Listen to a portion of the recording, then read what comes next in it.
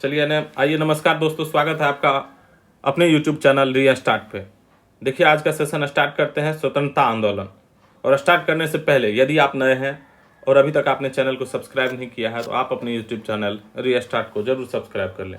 तो चलिए आइए देखते हैं आज का प्रश्न। स्वतंत्रता आंदोलन का जो नरमपंथी और उदारवादी चरण आपको 1885 से 1905 ईस्वी का है वो चल रहा है। इसके बाद आपको 1885 1905 से 1917 उग्रवादी आंदोलन होगा और उसके बाद 1917 से 1947 क्या हो जाएगा, गांधी युग हो जाएगा। तो आज इसका लास्ट पार्ट है, आप देख सकते हैं। उदारवादी चरण का जो है 41 नंबर तक हो चुका है इससे पहले वाला वीडियो में। अब इसमें आपको 41 नंबर के बाद का क्वेश्चन होने जा रहा है। अगर आप पहले का वीडियो नहीं देखे हैं तो जा करके प्ले लिस्ट में आप देख सकते हैं। तो आइए स्टार्ट करते हैं आज का सेशन का। और आज के प्रश्न का पहला प्रश्न लेते हैं। निम्नलिखित में से किस एक ने 1875 में हाउस ऑफ कॉमन्स में याचिका प्रस्तुत करते हुए ब्रिटिश संसद में भारत के प्रत्यक्ष प्रतिनिधित्व की मांग की?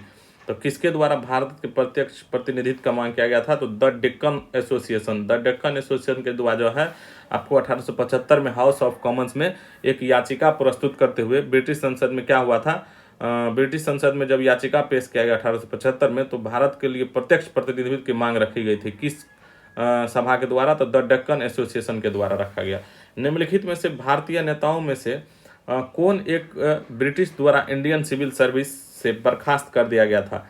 आप जानते हैं सुरेंद्र नाथ बनर्जी को इंडियन सिविल सर्विसेज से बर्खास्त कर दिया गया था और इसीलिए सुरेंद्र नाथ बनर्जी और आनंद मोहन बोस ने उसका विरोध करने के लिए और उसका जो एज था उसको कम करने के लिए एक आपको आंदोलन चलाया था। कौन सा एक सभा का स्थापना किया था? ये तो इंडियन एसोसिएशन का स्थापना किया था सुरेंद्र नाथ बनर्जी और आनंद मोहन बोस। इंडियन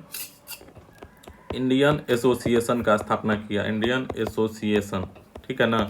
उसके बाद देखिए, लैंड होल्डर सोसाइटी कलकत्ता के संस्थापक कौन है?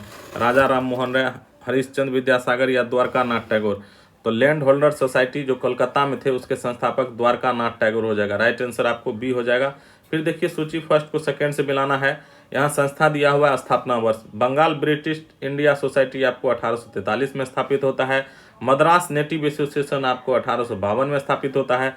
पूना सार्वजनिक सभा आप जानते हैं 1876 में स्थापित होता है। और इंडियन एसोसिएशन का स्थापना आपको 1876 ईस्वी में किसके द्वारा? सुरेंद्र नाथ बनर्जी और आनंद मोहन बोस के द्वारा। सुरेंद्र नाथ बनर्जी है ना, बनर्जी और आनंद मोहन बोस के द्वारा, आनंद मोहन बोस के द्वारा होता है, ठीक ना, आनंद मोहन बोस के द्वारा। तो ये हो गया इसका राइट आंसर। क्या हो जाएगा आपको? 1 2 3 4 राइट आंसर यही हो गया। फिर देखिए, मद्रास महाजन सभा, यहाँ क्या है 45 में। मद्रास महाजन सभा की स्थापना आपको 1884 में हुई थी, बिल्कुल सही बात है। बम्बई प्रेसिडेंसी एसोसिएशन, ये भी 1885 में। बम्बई प्रेसिडेंशियल और कांग्रेस दोनों का एक ही बाद हुआ था स्थापना, तो 1885 हो जाएगा। और इंडियन एसोसिएशन 1876 ईस्वी में, सुरेंद्र नाथ बनर्जी और आनंद मोहन बोस। तो राइट आंसर आपको ये हो जाएगा। 46 नंबर देखिए क्या है प्रश्न। 46 में प्रश्न है कि सुरेंद्र नाथ बनर्जी और आनंद मोहन बोस ने कांग्रेस के जन्म के पहले किस राष्ट्रवादी पार्टी की स्थापना की जो कांग्रेस के पूर्ववर्ती संगठनों में सबसे अधिक महत्वपूर्ण थी? तो आप जानते हैं इंडियन एसोसिएशन की स्थापना की थी इन दोनों ने 1876 ईस्वी में। नेक्स्ट प्रश्न देखिए, इंडियन एसोसिएशन ने किस मुद्दे पर सर्वप्रथम आंदोलन शुरू किया? तो देखिए, इंडियन एसोसिएशन के द्वारा जो आंदोलन शुरू किया गया था, तो आपको बता चुके हैं कि भारतीय प्रशासनिक सेवा के नियम में सुधार और परीक्षा में बैठने की अधिकतम उम्र बढ़ाने के लिए सुरेंद्र नाथ बनर्जी और आनंद मोहन बोस के द्वारा शुरू किया गया। इसीलिए सुरेंद्र नाथ बनर्जी को क्या कर दिया गया था? बर्खास्त कर दिया। इसको ऐसे भी इसको जो है इसमें एग्जाम में बैठने के बाद बर्खास्त कर दिया गया था, एग्जाम से इसको निकाल दिया गया था, ठीक ना। नेक्स्ट प्रश्न देखिए, इंडियन एसोसिएशन द्वारा कलकत्ता में आयोजित अखिल भारतीय राष्ट्रीय कांग्रेस सम्मेलन इंडियन नेशनल कॉन्फ्रेंस का कब हुआ था? तो इंडियन नेशनल कॉन्फ्रेंस आपको 1883 ईस्वी में हुआ था। यानी भारतीय राष्ट्रीय कांग्रेस की स्थापना से 2 साल पहले आपको अखिल भारतीय राष्ट्रीय सम्मेलन आयोजित किया गया था। इंडियन नेशनल कॉन्फ्रेंस किसके द्वारा? तो इंडियन एसोसिएशन के द्वारा। और यह इस इंडियन एसोसिएशन का स्थापना 1876 ईस्वी में किसके द्वारा किया जाता है? तो सुरेंद्र नाथ बनर्जी और आनंद मोहन बोस के द्वारा। उसी का सम्मेलन होता है आपको 1883 ईस्वी में होता है। उसके कोलकाता में आयोजित होता है। फिर भारतीय राष्ट्रीय कांग्रेस के साथ इंडियन एसोसिएशन का विलय कब हो जाता है? तो आपको 1876 में स्थापना होता है और 10 साल बाद, 10 वर्ष बाद आपको 1886 ईस्वी में इसको क्या होता है, इसका विलय हो जाता है आपको भारतीय राष्ट्रीय कांग्रेस में। भारतीय राष्ट्रीय कांग्रेस का स्थापना आपको कब होता है? तो 1885 ईस्वी में बम्बई के गोकुलदास संस्कृत तेजपाल महाविद्यालय में। ठीक है। कांग्रेस को उद्गम संबंधित मत और प्रतिपादक देखिए, रहस्यमय उद्गम है कांग्रेस का। यह किसने कहा था? तो पटाभी सितार मैया के द्वारा। थियोसोफिकल वैसे भी जानते, थियोसोफिकल सोसाइटी में से जुड़े हुए हैं एनी बेसेंटो और बाल गंगाधर तिलक। तो थियोफिस्टो की योजना आपको एनी बेसेंट हो जाएगा। डफरिन की षड्यंत्रकारी दिमाग की उपज है। कांग्रेस जो है ना, किसने कहा था, किसके द्वारा यह कहा गया है कि यह डफरिन की षड्यंत्रकारी दिमाग की उपज है? कांग्रेस के बारे में किसने कहा है कि यह डफरिन की षड्यंत्रकारी दिमाग की उपज है कांग्रेस? तो WC बनर्जी के द्वारा यह बात कहा गया। और देखिए सेफ्टी वॉल्व का सिद्धांत यानी सुरक्षा कपाट जिसको कहते हैं, सेफ्टी वॉल्व या सुरक्षा कपाट, इसका सिद्धांत आपको लाला लाजपत राय के द्वारा दिया गया था। राइट आंसर हो जाएगा 4 नंबर, लाला लाजपत राय। चलिए उसके बाद नेक्स्ट प्रश्न देखते हैं। नेक्स्ट प्रश्न क्या है, सूची पुस्तक है और यहाँ लेखक दिया गया history of Indian National Congress. तो history of Indian National Congress जो है यह कब किसने पुस्तक लिखा है? अच्छा, history of Indian National Congress. तो आप जानते हैं हिस्ट्री और जो लिखा गया है इंडियन नेशनल कांग्रेस का, वह पटाभी सितार मैया के द्वारा लिखा गया है। How India fort for freedom, how India fort for freedom, यह आपको किसके द्वारा लिखा गया है? तो यह आपको एनी बेसेंट के द्वारा लिखा गया है। How India fort for freedom, Annie Besant. India today आपको RP दत्त के द्वारा लिखा गया। 1857 आपको SN सेन के द्वारा लिखा गया है। तो 51 नंबर का जो राइट आंसर हो जाएगा वो आपको क्या हो जाएगा? ये नंबर हो जाएगा, क्योंकि सब क्या है एक दूसरे के सामने बिल्कुल सही है। 1857 SN Sen, India Today RP Dutt, बिल्कुल सही है। चलिए नेक्स्ट प्रश्न देखते हैं। भारतीय राष्ट्रीय कांग्रेस के प्रथम सत्र की बैठक में कितने प्रतिनिधियों ने भाग लिया था?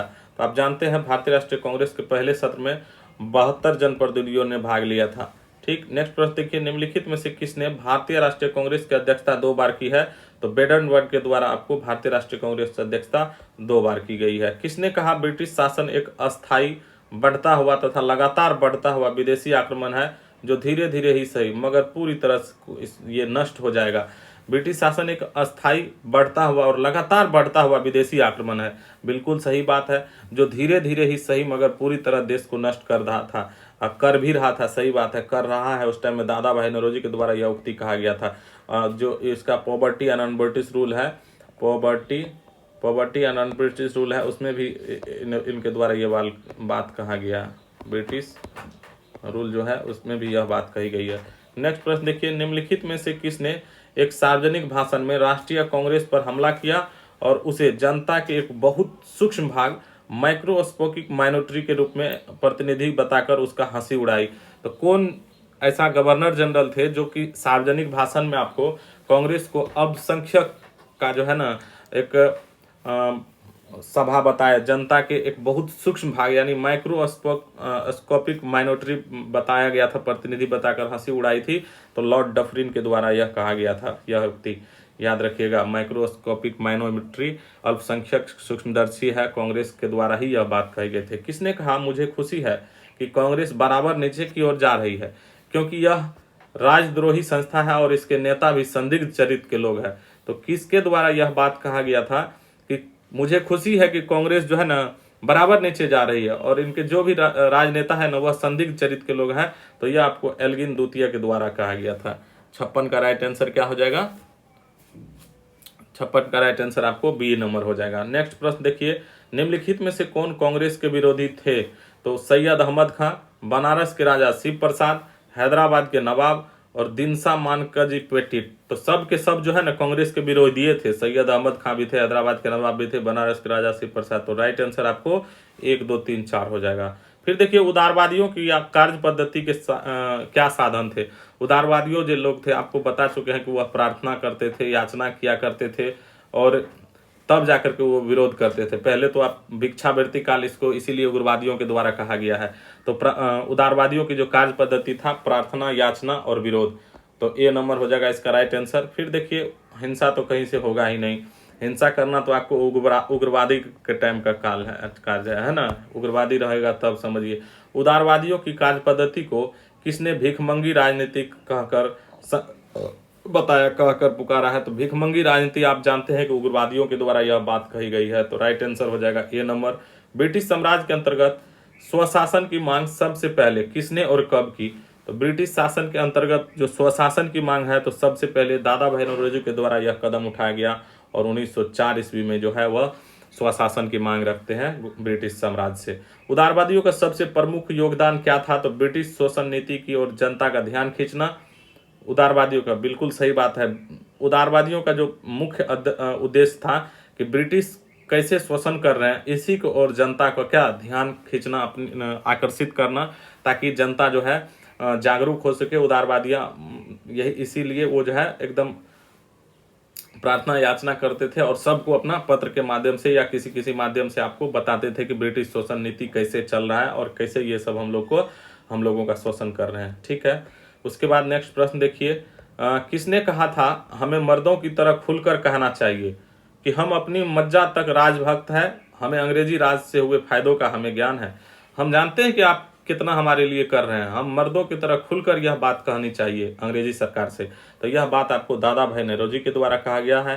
तो राइट आंसर ये हो जाएगा। किसने कहा था भारतवर्ष तलवार के बल पर जीता गया था और तलवार के बल पर ही इसे कब्जे में रखा जाएगा, यानी ब्रितानी कब्जे में रखा गया। कहने का मतलब ब्रिटिश कब्जे में रखा जा सकता है।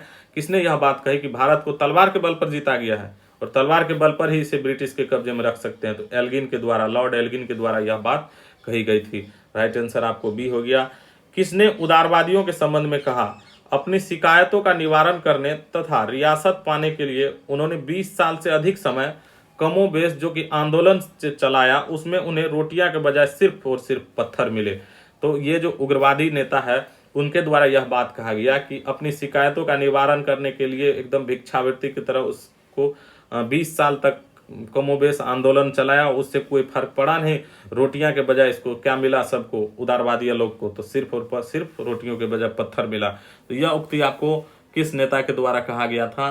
तो राइट आंसर हो जाएगा आपको लाला लाजपत राय के द्वारा। तो आप जानते हैं लाला लाजपत राय की कैसे ये एक उग्रवादी नेता है और ये जो है आपको गर्म खून के थे और कभी भी पीछे हटने वाले नहीं थे। तो आपको पता ही है ऐसे कैसे इसकी मृत्यु हो गई थी।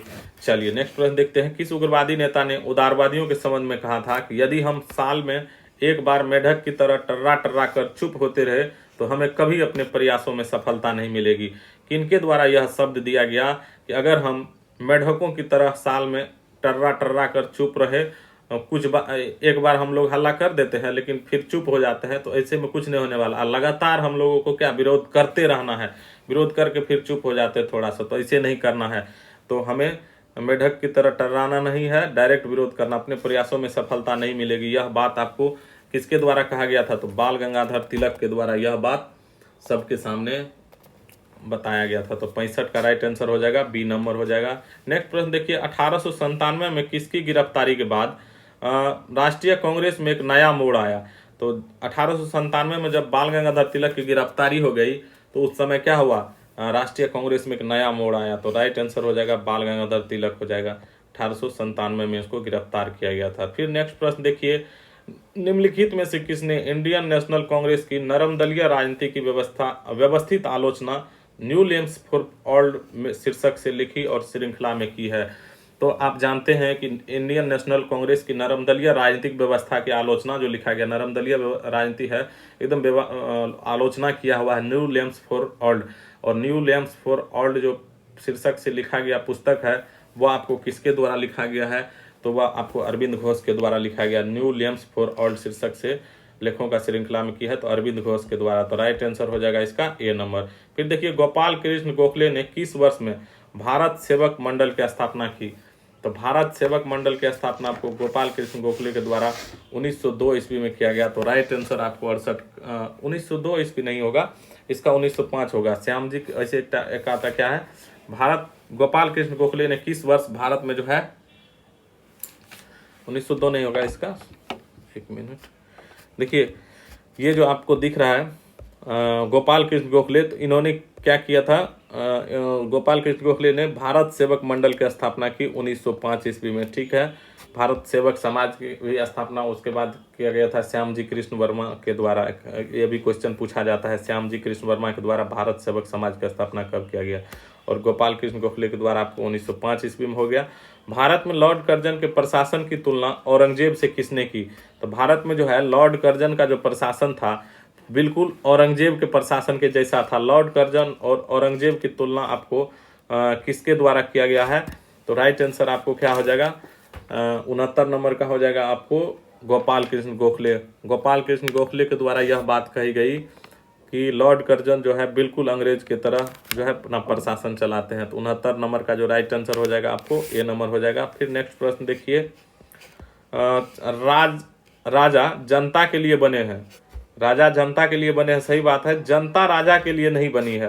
यह राष्ट्रीय आंदोलन के द्वारा किसके द्वारा यह वक्तव्य दिया गया था, तो राजा जो है जनता के लिए बने हैं, ये तो बात सही है। राजा क्या बने हैं, जनता के लिए बने हैं, लेकिन जनता राजा के लिए नहीं बने हैं। जनता राजा के लिए नहीं बनी, यह कथन किसका है, गोपाल कृष्ण गोखले है, आरसी दत्त है, सुरेंद्रनाथ बनर्जी है, दादा भाई नौरोजी है। तो यह जो वक्तव्य दिया गया था आपको दादा भाई नौरोजी के द्वारा दिया गया था कि राजा जनता के लिए बने हैं और जनता राजा के लिए नहीं। तो राइट आंसर हो जाएगा सी नंबर। फिर देखिए, भारतीय राष्ट्रीय कांग्रेस का गठन होने के तुरंत बाद ब्रिटिश राष्ट्रवादियों के प्रति संशयालु हो गए। निम्नलिखित में से किसने कहा कि कांग्रेस केवल विशिष्ट वर्ग सूक्ष्म अल्पसंख्यक का प्रतिनिधित्व करती है। तो आप जानते हैं कि सूक्ष्म अल्पसंख्यक का प्रतिनिधित्व जो है लॉर्ड डफरिन के द्वारा कांग्रेस को कहा गया था।